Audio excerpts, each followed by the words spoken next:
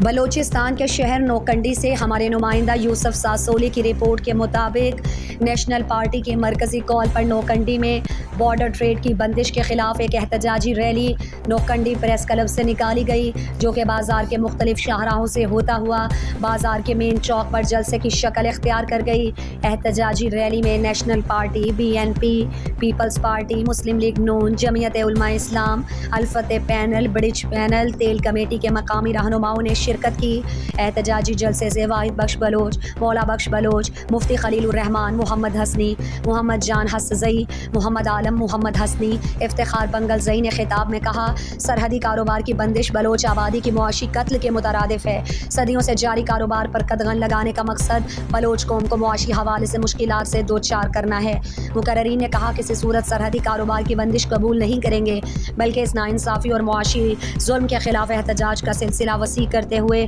بھرپور احتجاج کیا جائے گا۔ اور مقررین نے کہا کہ سرحد پہ کاروبار کو قانونی شکل دے کر لوگوں کو باعزت روزگار کے مواقع سمیت قومی معیشت کو مستحکم کرنے میں بھی مفید ثابت ہوگی۔